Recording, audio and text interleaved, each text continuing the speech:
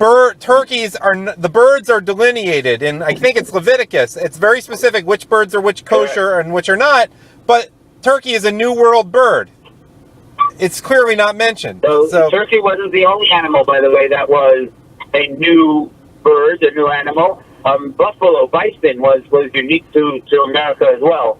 So there's halakhic responsa, shilosh and shuvas that are written that the initial rabbis that came to America when they discovered these foods were dealing with and trying to discover whether or not in fact it is kosher. Well, but Rabbi, but one question though: the buffalo has split hooves and chews its cud.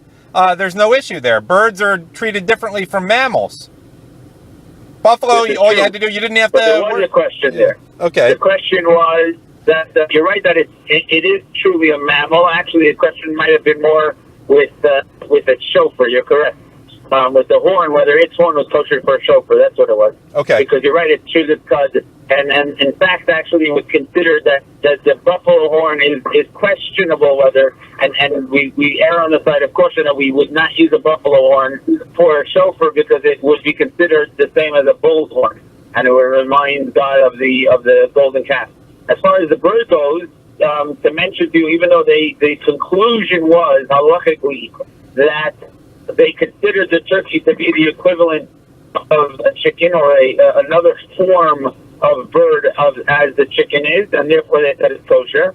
However, the Shalah, the holy Shalah, who was not only a Kabbalist but also a great Rav and a Pesach, a halachic authority, I'm pretty sure it was the Shalah. I'm second guessing myself here, but I think it was the Shalah who essentially told when he saw the turkey, he actually witnessed a turkey viciously attacking another bird, and when he saw the viciousness in the turkey and the fact that I think it killed another bird. So even though the law said that the turkey is a kosher bird, it's essentially like a chicken. He personally wrote in his will for his own descendants that they should not eat turkey because of this scene that he witnessed where a turkey savagely killed another bird. And I have to tell you, if you've ever come in contact with wild turkeys, they happen to be pretty vicious. Very, yeah, but so are roosters. Roosters are also, that's true. And that's why, halachically, there's no question whatsoever that a turkey is considered halachically to be like a chicken. So the answer to your question is, where does it fall in the tradition? That it falls in as a subspecies of chicken, essentially. And it's a little bit of a bigger chicken. But, even though that's... rooster. Say again? Yeah, this is the expert on the roosters. Go ahead. Yeah, rooster. They may be protected, but they're not vicious like that, like the wild turkeys. What do you mean? They have cockfighting, and they have plenty of cockfights in South Carolina. That's different. They can make a bull also, a kosher animal. Bullfights are very vicious, but that's because they train them to be upright, and they hurt them, and they do all kinds of things. But naturally, they don't have that kind of level of viciousness. They'll give you a little peck, but they don't tear you apart. Right. Okay. It's not their natural state. Whereas, but they can be. All animals can be. You know, there's no question. Listen, an animal that has rabies will, even if it's a docile animal, will be a vicious animal. But the point is that the category that the turkey falls under is chicken. That's the species that the tradition falls under is kosher. That's what the halachic decision was.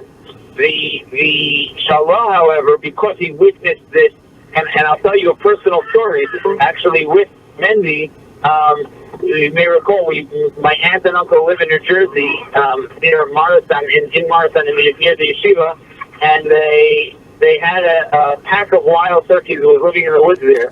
And whenever we would drive through, and certainly we walked through, these turkeys would attack the car. They would physically attack the metal on the car. It was pretty scary. So I could understand what the Shalah was pointing out. And they were saying that an animal that could be so vicious probably shouldn't be considered the equivalent of a chicken in kosher. So therefore he requested his descendants, and to this day his descendants, and I know many of them, one was pretty tasty. I don't know. It's I delicious believe on that Ben Yehuda. wild turkey and turkey are different. I've seen turkey and they don't have the same viciousness at all. That's true. Wild turkey. But the wild turkey is, I would venture to say, Mendy, that the same idea that you're expressing. The wild turkey is probably the natural state of the turkey, whereas the turkey that you witnessed is already in its domesticated state. Oh, the modifications of turkey. There was an article in the New York Times like a decade ago. It's so different from the wild turkey now. I mean, they've just enhanced the breast meat so much. The taste is nothing like. They've made it a lot more bland.